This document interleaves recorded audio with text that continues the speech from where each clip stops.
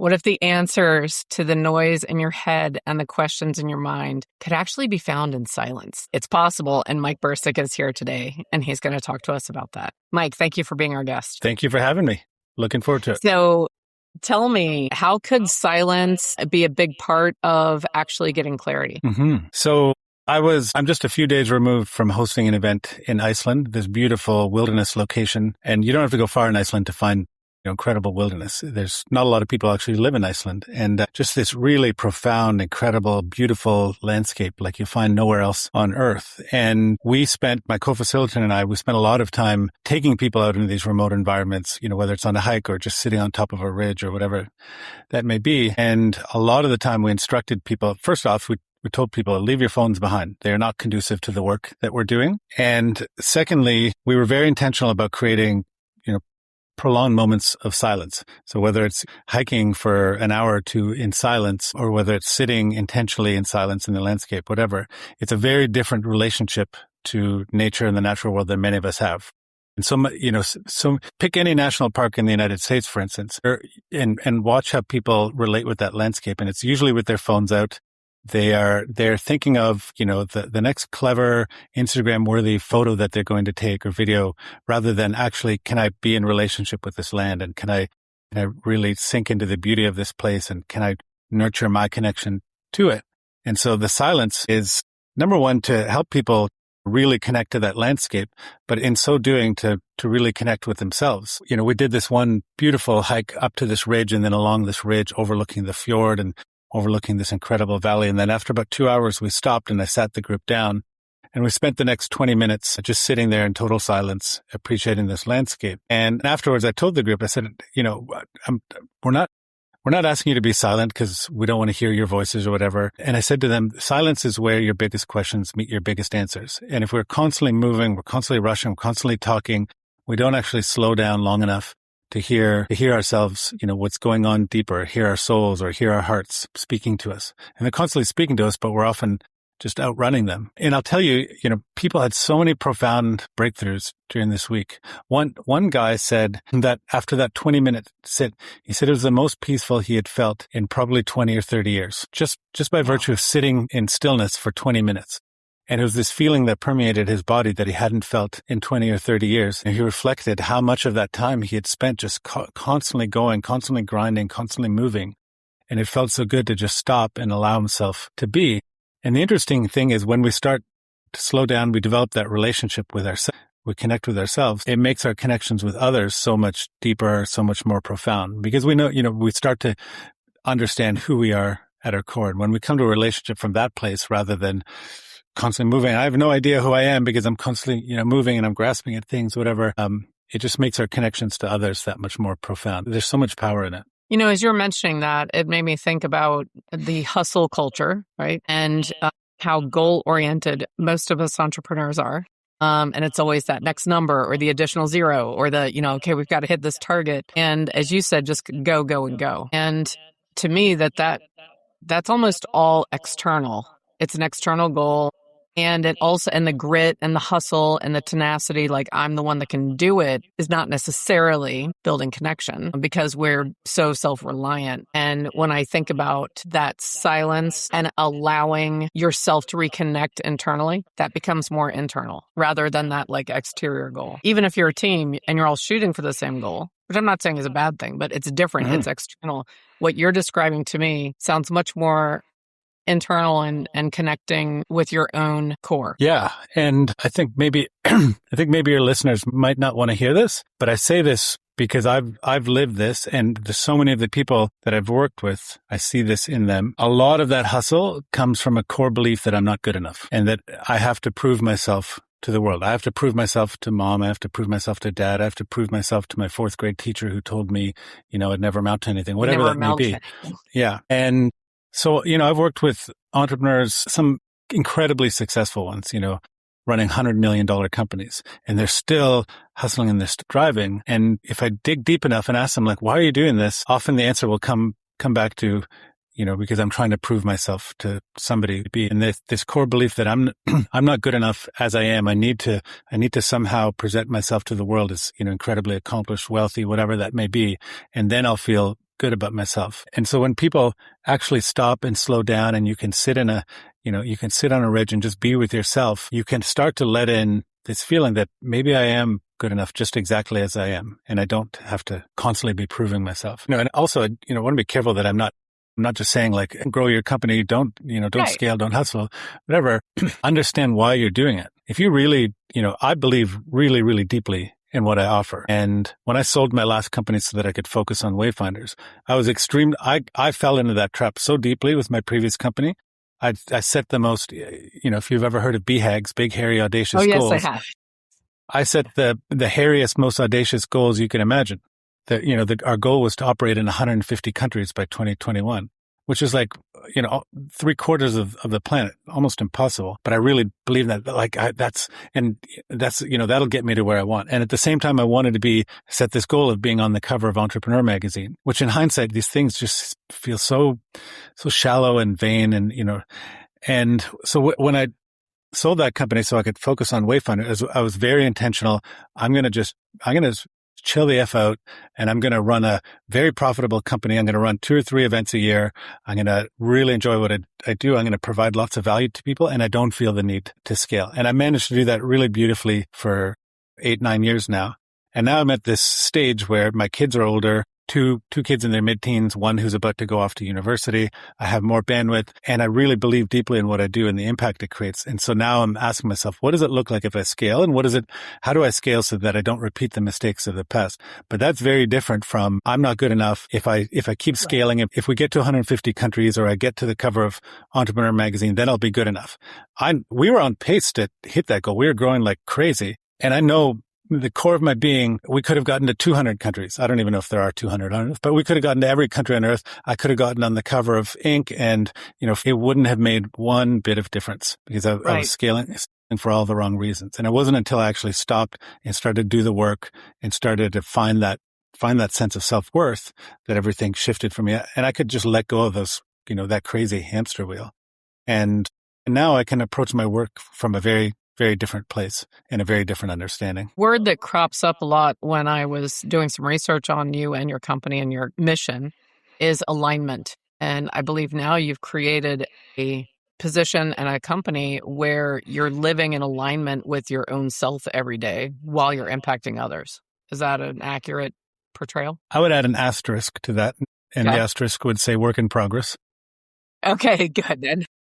Yeah. There's never a destination. It's a journey. And alignment to me simply means, bringing my inner world and my outer world into greater harmony so that my outer world is a more accurate reflection of my inner world. The people who are in it, the actions I take, the words that come out of my mouth, they're more of an accurate reflection of who I am at my core rather than other people's ideas or society's ideas of who and what I should be. And that's, there's 2 stages to that. One is really understanding who you are. And then that part can be relatively easy, actually, with the right approach and the right, teachers and mentors. And then the harder part is bringing that outer world into alignment. And that often requires some hard conversations, some hard decisions. I've had to let go of relationships that, were not in alignment, no longer served me, even some, very long-standing ones, because they weren't in alignment. They didn't nourish me. That I didn't feel like they nourished the other person, so to speak. So that's an example of just, I've had to intentionally, I've really pared down my world and my circles. My social circle, for instance, it's much smaller, but it's far more aligned, far more nourishing. I just have like people in my life that really get me and I get them. And I've had to intentionally lean into, feelings of loneliness because I don't have the same big, broad social circle that I did. So that's just an example of bringing things into alignment. And, maybe I'll be a social butterfly again, but I really don't need to seek relationships just to fill the void. I'm becoming more and more comfortable in my own skin and more comfortable with being alone and solitude and all those kinds of things. I think it's really remarkable that you were able to make those tough decisions and make changes that a lot of people would be hesitant or scared to do. And now that you made those, it's benefiting your clients and I'm assuming also the people that work with you at Wayfinders. Could you go a little deeper into what you actually do at Wayfinders? Yeah. Well, let me tell you a little bit just about the context within which all that sits. And I'm in this season where I'm collaborating with a lot of different people to to deepen the work, to fill in aspects of my own facilitation where there might be a gap or whatever. So just incredible collaboration last week with Philip McKernan, whose facilitation takes a very different approach. But part of that, what I realized, was that people come to me because both I and the people that I work with, they can see that I've truly done the work. And I'm not just some guy who went down to Costa Rica, did an ayahuasca retreat, and then decided to call himself, a healer or whatever that may be. But I've been doing this work for, well over a decade, the deep internal work. And I also have, this, in a couple of weeks, it'll be my 30-year anniversary as an entrepreneur. I've been walking this road for 30 years. And I understand this deeply. And so I don't pretend to be some sort of guru. I don't pretend to have all the answers, nor do any of the people that I bring into this world. It's just we're people who have really put in the time and the work. And we might bring esoteric practices into it, some breath work or whatever, but it's done from a place where we really understand how this work supports, the very real world lived experience of ourselves and the people we work with. But to answer your question more directly about what do I do? I often describe, when people ask me what I do, I say I take entrepreneurs to some of the most remote places on the planet and I make them cry. And that's, it's a little bit of a joke, but I create a context for, these often very high achieving entrepreneurs to show up and just be completely and fully and honestly real, and not have to perform, not have to show up in any way other than what's actually true and alive for them in that moment. And so when we were in Iceland last week and we were leading a group of 21 people, our sessions, when we weren't out in the wilderness or hot springs, whatever, when we were together in session, there was just so much real stuff. And I can't tell you how many times I had people come up to me and say, what I just shared with you in the group, I've never shared with anybody else ever. And it's simply by virtue of creating a really safe container and just creating an expectation, or not an expectation, but creating an environment where people understand that everybody is struggling with something and there's nothing shameful in that. And so when one person opens up, but their struggles in their marriage, or somebody else opens up about, these guilty or shameful feelings they have or whatever, it just opens up a space for everybody to say, I don't have to pretend I've got my shit together here. This is somewhere where I can really just open up. And then, in terms of, I've touched on a few of the methodologies here. One of them is silence and wilderness. Sometimes we'll take people out in the wilderness. We'll just drop them off on their own for 2 to 3 hours, sometimes 24. And if we do that, we'll give them a tent and some water and stuff like that. But boy, oh boy, that's sometimes one of the most impactful things I can do, is just create a context where people can just be on their own for a few hours. And that can be, people have had the most mystical, profound experience with that. But then there's other stuff, whether it's, reflection, journaling, deep dialogue in small groups, breath work, embodiment practices. There's all sorts of different ways into that clarity and into that alignment. For some people, it's one methodology. For others, it's another. Often the one thing that is common to all of them is we're taking people out of their heads and out of their brains, which they're so good. They're constantly trying to think their way out of problems, and sometimes they're successful, sometimes they're not. But they're used to thinking, okay, problem, have to brainstorm, have to talk to some smart people, whatever, and then we'll figure out the solution and then we'll go execute. That can work, in certain contexts. But when we're talking about the really deep, questions about who am I, how do I inhabit this world, how do I live with more peace, that's not really something you're thinking your way out of. You need to go into the body. You need to go into these other practices. And then at the same time, we also have a ton of fun. We go on these amazing hikes, or we'll go for an incredible bike ride, or we'll sing with the nomads in Western Mongolia, all sorts of crazy, wacky stuff. And we have a lot of fun in the process as well. When you say that, you have these CEOs, these entrepreneurs and your clients, and you make them cry in the wilderness, I really can relate to that, because the cliche, it's lonely at the top. It really is. I know in my chosen industry of real estate, most agents that are successful and have built a business, you almost feel as if you're on showtime all the time,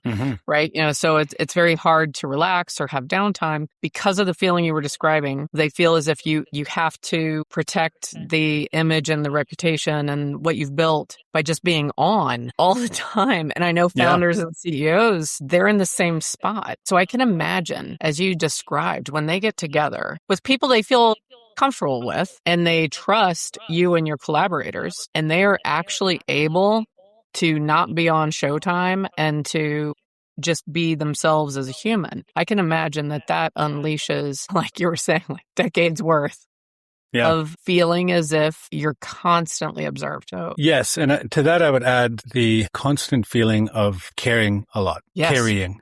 Not caring, but carrying. Yes. Particularly most of my clientele, they have families. So, showing up for work, showing up for your team, showing up for your customers, then coming home and having to, be on for your partner, be on for your kids, all those kind of things. It's like constantly having to shoulder and carry this weight. But then it's like, wait, who's looking after me? It was incredible. There was this common thread and this common theme throughout the group of so many of the people in that group who never really take time for themselves, whether it's, being in the wilderness and being silent, or whether it's, I used to love playing guitar and now I never play guitar anymore, or, and for a lot of people, the thought of, taking extended time on a regular basis for themselves they felt guilty about it. Right. And yet so many of them had come to Iceland. They'd taken, 7 days out of their lives, which was, for a lot of them was a big step. But then when they started to, when we started to unpack that a little bit, people could start to see, my God, there's so much value in just, carving out time for me. A lot of people, it's like, I have so little time in my calendar just for me. It's always in service of somebody else or carrying something or whatnot.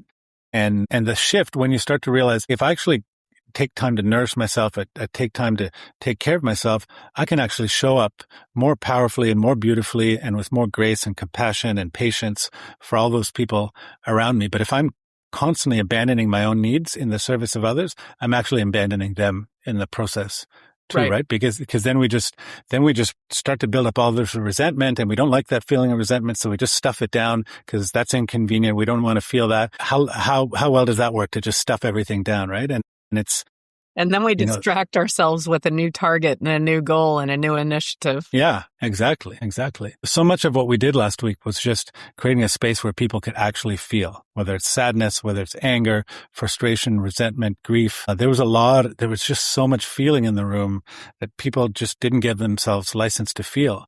And then it unlocks so much when you just allow that stuff to come out, because it's just like a giant stopper, just, stopping all this energy. And when you let that out, boy, that's the birthplace of creativity. It's the birthplace of joy. It's the birthplace of so many things, but you can't express that in the world if you're just pushing everything down. Imagine it's also the birthplace of self-acceptance. As you were saying, like, realizing you are enough as you are. Yeah, exactly. And if you're pushing down all this anger, for instance, that just wants to get out. It just wants to be expressed. And you're pushing it down, out of some messaging like, oh, anger isn't acceptable and how dare I be angry. And, there was one guy there who was just profoundly angry at his dad who had died 2 decades ago. And he just didn't feel it was acceptable to feel that. Well, you're telling yourself that your own feelings are unacceptable. So how are you going to learn to trust yourself? You're bottling that up. How is that going to affect your self-worth? Because the other message that's going on, like, what kind of a jerk is angry at his dead dad? Right. And I know that dynamic very well because my dad died when I was 16 after a 2-year battle with brain cancer. And when I actually finally got around to grieving almost 2 decades later, when life just fell apart, and that falling apart was really just a call, from the universe, like, hey, there's a journey you have to go on here that you've been avoiding. And that call took me deep into grief. But what was below the grief was just this incredible well of anger. I was so angry at my dad. I was so angry at the world for taking him from me at an age when I really needed him. And to me, it felt, I really didn't want to feel that. It's like, how can I be angry at my dad? He didn't choose to get cancer. Right. But from a, 14, 15, 16-year-old boy's perspective, it's like, God damn you for getting cancer. How dare you leave me when I needed you the most? And, there was so much anger. But when I released that, it was transformative to actually allow that to come through me and to feel like, okay, it's safe and it's totally okay to, I was a confused boy, and it was, and I did some things when I was that age that, I'm not, I carried a lot of guilt and shame about how I reacted to that situation. But when I'm able to go back and just see that with compassion and love and grace and say, I was a, 15, 16-year-old boy just trying to navigate a world that was already confusing. And yet I was dealing with this other thing here. Well, all of that emotion, when it's like just stuck down there and bottled up, really, it just creates havoc. Right. Internally and externally. And it festers. Mm-hmm. So, the saying of things get better with time, not always. Not always. Yeah. I mean, if it weren't, it was 18 years later when everything fell apart and things just, I managed to outrun it in my 20s. I managed to out party it and out ski it and out hustle it and all that kind of stuff. And on the surface, things look great. I was living a great life, living in the Canadian Rockies, and I was playing in a band. I was running a business, and it was great. But then once my 30s hit, and it wasn't just just the milestone or whatever, but life got a little less joyous every day until, I'd wake up and like, why am I so sad? And why am I so angry? And why am I having such a lousy time? Like, and then it just, external conditions all started to unravel, my business, my relationship, whatever. And that was when I had to go down. I had to go into the descent, and I had to go into all this stuff that was there. But boy, am I grateful for that. That was a really, really difficult period in my life, but I'm so grateful for it now because it just opened me up to so much more. You mentioned that you had to. And the one thing I would say is that you didn't have to, but you chose to, and you leaned in on it. Because I think you and I both know people that hit that decision-making point and they may touch it briefly and they get burned and they bounce out and they go right back to grind, hustle, suppress stuff. So I think I'm just giving your past self a small pat on the back because you chose to dive in and explore it and actually face what was there. And that is not an easy thing to do. Mm-hmm. Yeah, thank you. And I do give myself a pat on the back, for that. I've never really shied away from curiosity, from doing the work, trying to understand myself. But I've been through this cycle enough times in my life, whether it's, there've been 3 sort of significant crises, so to speak, and then lots of smaller ones through my life. And having been through the cycle enough times, I can look back and see how each of these has transformed me. They've been a call to another evolution, another version of myself, one that's a little bit more true and a little bit more aligned. And so you go through that enough times, and then when it happens, you can recognize it for what it is. So about 3 months ago, things turned, my world got very challenging, both from a business perspective and a personal perspective. And there's all these things coming at me at once, these struggles and challenges or whatever. And in the past, I might have wanted to bury my head in the sand, or I might have wanted to try and, solution my way out of everything. And there's stuff that needed to be done. I'd shy away from that, but I recognized it for what it is. And I recognized that there's a call here. There's a call to me, and this is happening for me. And there's something to be learned from here. There's some way that I'm being asked to grow in this situation. And that leads to a different set of questions than how do I solve this, right? And so I was able to embrace that. There's a couple of weeks of like, oh my God, what is happening? Why is this is crazy. Why is this happening to me? But I don't dwell in that space very long because I've been through this so many times, and I can see the profound gifts that come out of it on the other end. And so that first real proper experience of suffering in my early/mid 30s, it was about 2 years of real like darkness, depression. And I was trying to, I was working with therapists and I was trying to solve it. But at the heart of it, I was just kind of in a woe is me sort of state. And I didn't want to recognize it as a call, as a call to learning and growth. And now I'm very quickly able to seize on that. And I like to think that I'm shortening that cycle a lot more, because life is going to keep bringing these things to me, and I'm going to keep repeating the same unhealed patterns, myself until I get slapped out of my slumber long enough to say, oh, okay, what's being asked of me here? Right. That really, like I said, helps shorten that cycle, and the gifts come sooner from that. So what I'm hearing you say is that your life isn't perfect now that you have it all figured out, and just every day is a walk in the wilderness with silence and everything's perfect. You still have challenges? Yeah, no, you forgot the butterflies that just, That's fly right, around me. Right. And the unicorn. I've heard of unicorn. Yeah. Yeah. It's sort of like Sound of Music every day. No, it most certainly not. There's still many struggles. Some days I wake up profoundly grateful, and some days I wake up profoundly not grateful, struggling. And there's still more journey to be undertaken. But it does feel like little by little, my life is becoming a much truer expression of whom I am. And there's less to carry. There's less needing to be somebody who I don't need to be anybody other than who I am. Right. I'm tired of that bullshit. And, I'm free to just show up in the world as I want to be and just say, take it or leave it. And there's still plenty of challenges, but the challenges feel like my challenges. They feel like challenges that are, aligned with what I need in this life in order to bring me forward. So I don't know if that makes sense, but no, I certainly don't have it all figured out. Well, I was thinking about Wayfinders, and when you were describing what you all do there, you said that at first you were thinking, maybe you would do around 3 events a year, and you would, how has it actually manifested? Like what's the reality versus what you were thinking when you launched it and sold your other company and became that, full-time committed to Wayfinders? Yeah, it's really evolved. When I started it, it was really just a desire to create an event for entrepreneurs that was focused on connection first. And I was attending a lot of events at the time, entrepreneur conferences and stuff like that. And they were generally all kind of similar, typically around 3 days. They take place at some conference place or a nice resort or whatever. Like, okay, you start your morning out with a keynote and then keynote speaker, and then you go off and you do some breakout sessions. And it's like you learn about, meta ads, and you learn about how to build your team and stuff like that.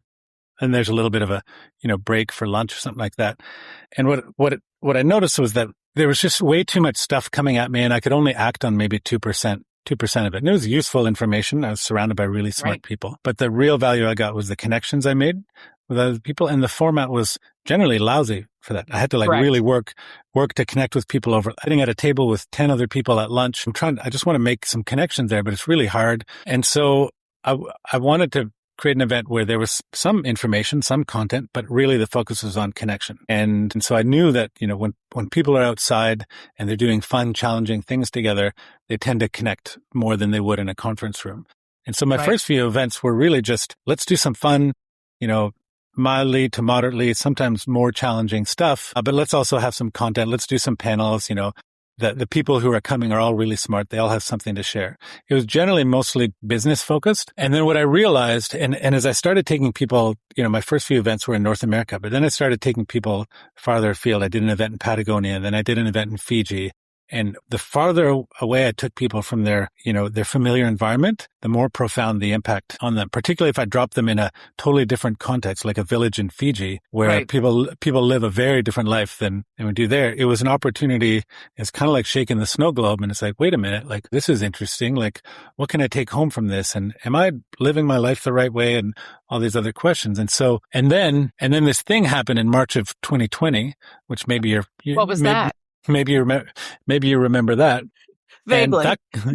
And that kind of made it difficult to, run international events. And I was also fortunate by that time I had a really loyal clientele and I had people signed up. We were actually supposed to be going down to the Peruvian Amazon in April of 2020. So I had to postpone that event. But my customers, many of were, they were very loyal. Many of them were friends. Said, hey, don't worry. I don't need a refund or whatever. Just we'll do it when we do it. And so I had this, it was a 16-month pause before I ran my next event. And I had, I wasn't lacking for money. Nobody was asking me for refunds. And so I really leaned into developing my skills as a facilitator. And there was these, thankfully there was lots of great trainings online, stuff like that.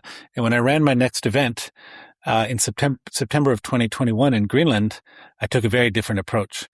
And basically started with the premise, these are all smart people. They don't need to know how to run meta ads. They don't need to know how to build a team. There's lots of places they can turn to for that. What they don't have in their lives is an opportunity to connect with their inner world and their inner life. And look at this incredible place we're going to, one of the most vast wildernesses in the world, this massive, massive island where only 50,000 people live. And let's lean into that. And so I created a very different journey for people, which was exploring these deeper internal questions, connecting them with this vast landscape. And it was really profound and people really responded well to that. And so that was the beginning of a new journey. What is, if I might call it a soul journey. What does this soul journey look like if I'm taking people on that? And again, let's keep the focus on connection. And it was almost like I didn't really need to do much around the connection piece, because when I'm creating this context for people to explore these questions, to talk about them, whatever, people are talking about some of the most vulnerable stuff imaginable. That tends to create connection, right? Because you're seeing people, you're seeing their very human side, not the mask, not the shield, not the persona. You're connecting with the human behind all of that. And so I didn't need to do anything to nurture the connections. They just happened organically by virtue of being able to see each other. I'm not surprised, because the reality is that a lot of us, I'll say something people don't want to hear. Humans love humans. We are fascinated by humans and we want human connection. And so I'm not surprised to hear you say that, because we may stuff that down, which I think is happening with the loneliness epidemic that is rampant. We stuff down or act like, I don't need anyone. I don't want the human connection. And we distract ourselves with social media, our phones, the next goal, the noise and the talking. I'm not surprised at all that when these people are finally having a real human connection, that it would just take off on its own. And it's remarkable that you're just putting them in the place and giving them the spark, and then the fire is growing and they're making the connections. Well, I love that you mentioned fire, because one of our taglines is join us at the fire. And fires are, humans have been meeting around fires for hundreds of thousands of years. We always open our events with our welcome ceremony takes place around a fire. And it's kind of funny. Sometimes I'll take people to these outrageously hot tropical destinations. I remember, November of 22, I ran an event in Morocco. Morocco's quite a warm country. And we went on this, and there's this beautiful spot I wanted to take people to. And it was about an hour hike in the sunshine. People were already sweaty. And then I'd ask the team to set up. I set a small fire. It just needs to be symbolic. It doesn't need to be, we certainly didn't need any heat from it. And they misunderstood the instructions, and it wasn't a big bonfire, but it was a sizable fire. And then I asked the group to gather around this fire. It's like 100 degrees outside, and we're gathered around this fire, and people, there's a specific cadence and questioning to the welcome ceremony. And people are just like, oh my God, get me out of here, and it wasn't quite intended for an opening circle, but it was quite funny. But fires are so important, right? That they bring out something primal in us. And, anybody who's ever sat around a campfire roasting marshmallows or telling, ghost stories or whatever, they know what I'm talking about. It just brings something out in you. So I'm glad you touched on that word. It's funny as you described that in Morocco. So I live in Paradise Valley, Arizona, which also gets hot. And as you were saying that, I was imagining your group. Everybody was like, get me out of here. This is hot, except for the Arizonans from Scottsdale and Paradise Valley. They were like, this is fine. Yeah. I got to put on a jacket. Yeah. It's getting a little chilly.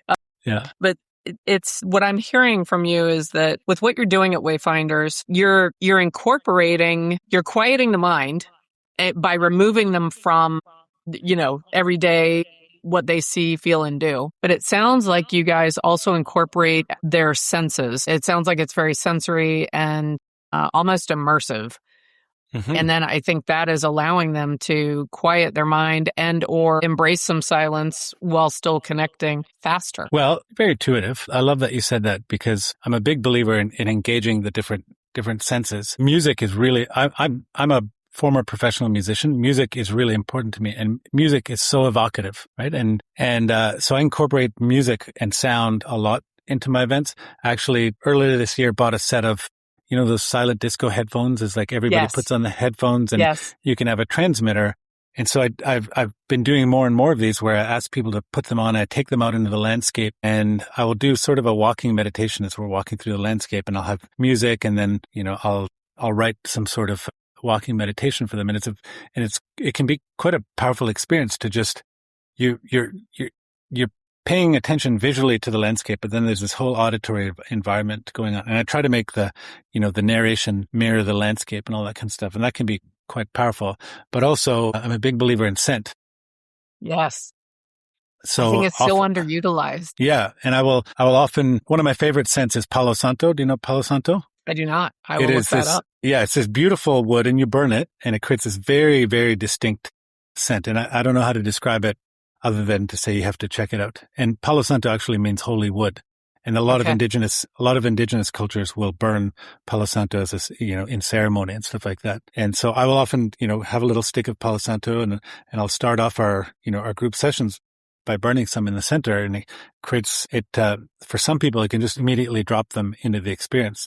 And particularly if they've, done an event with me before, it's like, it's sort of like a threshold thing, right? Like when you smell that, it means we're stepping into this other world. Right. And whether it's auditory or touch or scent or whatever, it can drop you into a different world. And what I'm trying to do is take them out of their ordinary everyday world and bring them to a new world, and one where they can imagine different possibilities. They can imagine different ways of moving through the world. And the important piece of that is like, okay, we can enter this other mythical world and we can be together in Iceland and have these incredible sharing, these incredible landscapes, really profound experiences. But the other piece of it is we have to know how to carry that home. How do we bring that home in the office, in the bedroom, wherever that may be? Cause it can't just exist as this beautiful memory and mythical experience. Those shifts have to come home with us. So interesting enough, in Iceland, my friend Peter, who's a really gifted musician, and he's won a Juno, which is our Canadian equivalent of a Grammy, and he's just really gifted musician. We had downtime every afternoon, 2 or 3 hours, and I would see him out at his cabin with his guitar. And then on the last night, he just blew everyone away with this song that he had written just for this experience. And people were tearing up, and it was incredible. Like, the song was incredible, and it was just this really moving encapsulation of the experience. And then I think it was on Saturday, which was the day after the event ended, and everybody was, either home or going home or whatever. I had recorded and I posted it in the chat. And then on Monday, a few people said, I put the song on again as I was heading to work because I wanted to bring a little piece of that with me. And they were like, it brought me to tears, and it brought me back to Iceland just, with a snap of the fingers. So right. The senses can be such a doorway into other worlds. They really can. And the scent is very closely related to memory and taps into memory it's not just the thought. You can have visual or sound, like it really taps into in such a broad way. So it would be interesting if people that attend one of your events, if they, let's say say it one more time, Palo Santo. Okay. If they could, even if it wasn't perfect, if they could get a Palo Santo high quality scented candle, and then they were having the fire and the scent, it would probably reinvigorate even more of the feelings and the thoughts and the way of being that they felt at the event. It reminds me, this is such a capitalist example, but Four Seasons hotels, they do that. So each location has its own signature scent, and you're able to buy candles and the spray and whatever. So then you're putting yourself back in the Four Seasons. It's actually pretty brilliant. Yeah. So I know that's a very capitalistic example, but it's interesting. And I do think that, and I don't have any basis of saying this, I haven't analyzed the data, but I feel as if we ignore the power of our sense of smell. We don't think about it necessarily in that way, but then sometimes it hits us. We'll walk into a particular restaurant and all of a sudden we're overwhelmed with thoughts of our grandmother's house when we were young, and then it catches us off guard. It'd be interesting if more people explored that a little bit. Yeah. And, another example that comes to mind, my friend Robbie started this organization called Othership, and they have, I think, four or five locations now. And it's basically a sauna, and then they have cold plunges, and then they have guides that do various things like breathwork, meditations, or whatever. And it's so beautifully designed. The whole thing, start to finish, is incredibly designed, and it's become this phenomenon. Like, it's growing like crazy, and they can't open locations fast enough. I think there's 3 in New York City now, and it's just this amazing, fulfills this need. There's so many people now that are looking for ways to connect that don't involve alcohol and just sitting around getting drunk and that kind of thing. And they have developed their own signature scent, and it is very distinctive, and it's an amazing scent. And so any location you go to, and there's one, here in Toronto, sort of Yonge and Bloor area, which is a very popular area, and you can smell that scent from 2 blocks away. I don't know how they got, permission to pump that much scent into the air, but you can smell it, and it's like, Othership, like, it's incredibly powerful, and it drops you into a state once you enter. Right. So, yeah. I think that's awesome. And I can't wait. I think that's a, overlooked and underutilized, tool in the world of business. I think so too. And to be used in a really beautiful, aligned way, not as a manipulation, whatever. That's but right. I know. Right. Yeah. And I know, just by virtue of when I started burning this last week, so many people asked me, oh, what is that? And like I said, Palo Santo is such a beautiful smell. And so I know that most of the people there hadn't encountered it before. And I know that the next time they smell that, they're going to think about Iceland. They're going to think about their experience. So we're probably going to, mail a few sticks to everybody just as a reminder of that experience, not as like a marketing plan or anything like That's that. right. But it, I think that's something that any business could use. Like, well, not any business, but there's something magical about scent, like you said, and the attachment to memory. Well, it just is. I know we all know we're visual, and we've all become even more addicted to photos, capturing a moment, right? And I think it's an interesting area to explore. Well, let me just pull on that thread just a little bit more. Please do. I'm curious if there's a particular scent that always sort of takes you to another place, to a memory or anything like that. Is there a particular scent that does that for you? Well, it is funny you mentioned campfire. So campfire is a huge one. And I do go outdoors a lot. And I was at some campfires last week, as a matter of fact, 3 nights in a row. So that's a scent. And that's one that is just almost always in my life. For quite a while, and this is kind of from the hustle grind era that lasted quite a long time for me, peppermint. So peppermint was a scent that I would reserve for when I was working and when I was connecting with people. And I would minimize when I would smell it at any other time. So then when I was smelling peppermint, I almost trained myself that meant it was time to connect with people. And again, not from a way of wanting to connect and get out of my own way or my own hesitation, and to be curious. So I trained myself that when I would smell peppermint, that's when I was curious and I was going to connect with people and make them feel great. So because I truly wanted to know what was important for them. Beautiful. It actually, if I can share one more thing, it is one of the ways that I made it through the Great Recession, being in real estate. And this, look at this. You get people to open up, because I haven't shared this with anyone in years. I knew how powerful what peppermint was for me. So I got some peppermint foot lotion. And what I did during the recession is, if I was facing massive disappointment, or things went sideways, or a short sale wasn't approved, or, like my listings didn't sell, whatever it was, I would stop myself for 5 minutes, set a timer, and I would rub the peppermint foot lotion on my feet. And it was quiet, not even music, because I'm a big music person as well, but I would just have total quiet. I'd set a timer for 5 minutes, and I would rub peppermint scented lotion on my feet. And that was how I would ground myself and get back in, going for it. And I do attribute that as one of the ways that I actually made it through that time without giving up. So there's one for you. And ask me if I eat peppermints. Do you eat peppermints? I don't. No. No. Yeah. So I don't know why that one. It's very energizing to me. Yeah. Well, thank you for sharing that. Yeah, and I could see your connection to that. I could see the emotion behind that story there. And I shared that with some of my colleagues that were also going through really hard times, and they were like, "What?" And I was like, "Just trust me, do it." Yeah. And several did, and they were like, "Oh, it's weird, but it works." So yeah.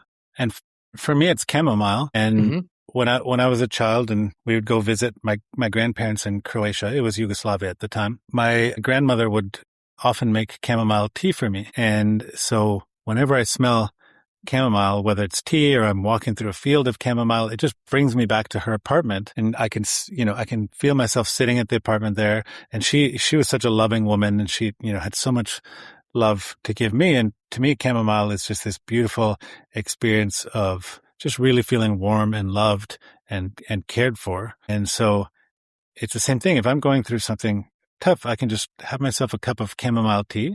It's not going to make it go away, but it'll make it, maybe 10% less sharp and a little easier to bear. And that's the power of these things, whether it's scent or whether it's music or whatever. They can put us into altered states. And it's very easy when you're going through something like 2008 or something difficult. It's very easy to get lost in the spinning wheels of our mind.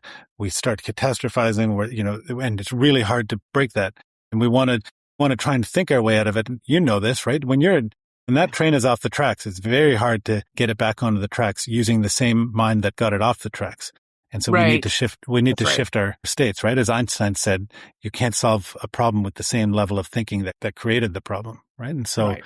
we need to shift our states in some way, whether it's music, whether it's scent, whether it's wilderness, whether it's something else. We often have to just get out of our heads. Well, it's interesting that you mentioned that. It's right. It's hard, I think, sometimes, especially when you're driven and you're an entrepreneur and you're successful, not meaning everything's perfect, but you pick yourself up every time and you move ahead. It can be hard to let go of that and to say to yourself, well, what brought me to the point where I'm even facing this challenge is not going to be the thing that's going to get me through it. That can be hard. What would you recommend to someone if they're stuck, if they're finding themselves continuing to rely on their current strengths and they're not breaking through? What do you recommend? I think the starting point is to recognize that we created the situation, or at the very least, we co-created the situation. And so we have to get ourselves out of blaming, pointing fingers kind of thing, because really we're just putting ourselves in a state of victimhood. If we are blaming other people, we take away our own agency. That's right. To get out of the problem. So that's part of it. And the other is this, what we just talked about, this recognition that we created this, whatever level of thinking maybe got us successful, it also to success also created the problems. So we probably should not try to apply just a thinking approach to it. Often, what happens is we get in these spirals and then our nervous system goes haywire, trying to think and execute our way out of a problem when our nervous system is dysregulated, when it's gone awry, whatever. We often will just keep digging a deeper and deeper hole and creating more problems, right? And so we need to shift that. If we're going through something big and significant, the solution isn't a cup of chamomile tea or some peppermint. That can be, temporary thing, but we need to shift state. For me, one of the most powerful things I do is I have a daily breathwork practice, 15 to 20 minutes of really, there's this, I use an app called Insight Timer. And there's this wonderful, there's so many different teachers on there. And, you could spend a lifetime just going through all the different meditations and breathwork and whatever. But I found this one woman, Bree Melanson is her name. And she's got this one, it's called Breathwork for Healing. And it's just, it's an 18-minute meditation. The first 5 minutes is just set up. So I just, go to the 5-minute mark and drop in. But boy, oh boy, does that really take me to some deeper places and shift some states. And when all the stuff started piling up this spring and life was throwing all these challenges at me and it felt a little bit overwhelming, I recognized that I couldn't just try to solve my way to the problem. Like I said, there was a call here and I was being asked to grow. And I also knew that I needed to regulate my nervous system because it was going haywire on a daily basis. And so I started, and I really liked this particular breath work. And often I would bounce around. I would try different things. And I just said, I'm just going to commit to this one because this one seems to really resonate with me. And I just started doing it every day. And probably 75 to 80% of the time, there would be some sort of release. And a lot of the times it would just be tears. Tears would just come flowing out of me. Other days it would just this intense anger. And I would, be lying down and beating the crap out of my bed or a pillow or something like that. Sometimes it was just energy and I'd have to shake, my body, but it was just all this stuff that wanted to move through me. And what's great about breathwork is it lowers our defenses so that, we don't want to feel these things. And most of the time our defense is like, okay, keep that stuff. That feels scary or that feels dangerous, whatever. We don't want to feel that. Right. And so breathwork is it's just giving my body permission to express whatever wants to move through it. And the more I create that channel for it to move through me, the lighter and freer I feel. And there's so much, Sometimes I can be in a negative state or whatever, and I'll just do one breath work and I'm good. But there was a lot going on this spring, particularly in March and April. And it just, it was just repeated for over a month. It was just, oh my God, there's more. Like this, when do I get to the center of this crazy onion, that's full of layers? But life was asking me to move through some stuff. And also I don't want to be too esoteric about it because there was also some very practical stuff that was happening through this. And a lot of it was around self-worth, around boundaries, around being firm in the face of when people want to project stuff onto me. But a lot of that stuff would have been harder to meet it the way I'd needed to meet it without doing this other work of releasing, nervous system regulation, all that kind of stuff. It would have felt a little bit overwhelming. And so there's this internal and also external work that worked in concert. And lo and behold, about 3 weeks ago, things started to shift. I didn't really do anything different, but the external reality of what was happening started to shift. And, my business, to use just one example, has been on a tear lately. I've had some of my best weeks ever after a 2-3 month period of the worst period of business I've ever had. And I don't think it's just some crazy coincidence. It's because I was doing the work and I was showing up in the world differently. So in answer to your question, say if people are really struggling, they're struggling with that stuckness, is they need to go into the stuckness. And that can take, many forms. It could be breath work. It could be, good therapists, could be psychedelics. It could be just like sitting and stopping and being quiet and asking yourself, what's actually going on inside me? What am I feeling? But you do need to go inward, and you need to focus on the solutions sometimes. But if you're just focusing on solutions, you're missing this gold mine of what's happening inside you. Right. And I think that when you lean into it and do the work, as you said, the change you create is deeper and lasts longer. Mm-hmm. And oftentimes can even have a bigger impact on people around you, like unintentional good side benefits, like that ripple effect. Yeah. Well, I just, you mentioned the wilderness, and if someone is listening to us this long, which I don't know if they would have stayed this long because we talked about the outdoors quite a bit, but if they are here and they're like, I'm not an outdoorsy person, what would you say to that? Because I have some friends that way. They're like, I can't stand the outdoors, Mm-hmm. What are they denying themselves by continuing to hold that belief? Yeah. I think they're denying themselves a profound relationship that is waiting for them. This relationship with the natural world, which is also a relationship with themselves. In October 2023, I ran an event in Laos, in Southeastern Asia. There was a lot of trekking and hiking on this thing. And there's this woman there showed up, and she had never hiked before. And she had so many questions about hiking shoes and gear and whatever. And she showed up and she had several $1,000s worth of new hiking gear. And thankfully she had followed my advice and she'd broken in her shoes, and, she didn't wait until she was there. But, she really struggled for the first few days, and Laos was quite hot. That doesn't help. But she was profoundly altered by that. And then she came home, and for the next month after that, we had our WhatsApp group, for that. And she's almost daily posting photos of herself in the wilderness near her house. I think she lives in Boston area. Mm-hmm. And she was just going for regular hikes and posting photos of herself in the group. And she just said, I guess I'm a hiker now. Yeah. And what that hiking did was it created a relationship between her and the natural world. And she was also going through a lot of difficulty at the time. And it was a place where her nervous system could slow down and she could regulate. She could just, whether it's for half an hour or an hour or whatever, she could just find a measure of peace there and calm. And she would have been the first to say, not for me. Right. Like I'm not an outdoors person. We forget that these environments that we've manufactured are entirely artificial. Right. And our natural state for 99.9% of our human history is to live in deep relationship with the land. With nature. In deep conversation with the land. And that is wired into our system, wired into our DNA. So what I would say to those people is try to approach wilderness from a bit of a different standpoint, and just try and go, find a piece of wilderness. And if you just go out there and you're, going on a hike and then you're taking photos and whatever, it's like, okay, that's one type of relationship with the land, but it's a very different one to say, I'm going to go and I'm going to find a quiet spot. And I'm just going to sit there for, it could be 15 minutes, could be an hour, whatever you want, and say at least 15 minutes, but just sit and be quiet and notice what happens inside you when you just sit in that quiet place. And of course, some people don't really have access to anything that might qualify as, wilderness. I can often get into the same states by, I live 15 minutes from High Park, which is Toronto's equivalent of Central Park, so to speak, not quite as big, but I can get into places there where I can get into the same states. And yeah, there might be, there might be the odd person walking by or something, but there's some like really nice quiet pockets there. And it doesn't take me long to just get there and just be like, oh, I'm here, I'm home. So I am a big fan of grounding, but not just with my feet. I like to lay on my back on the ground at a variety of places. Yay. And again, you're right. It doesn't even take long, and you just feel yourself sinking into the ground. So I do have to kickstart it.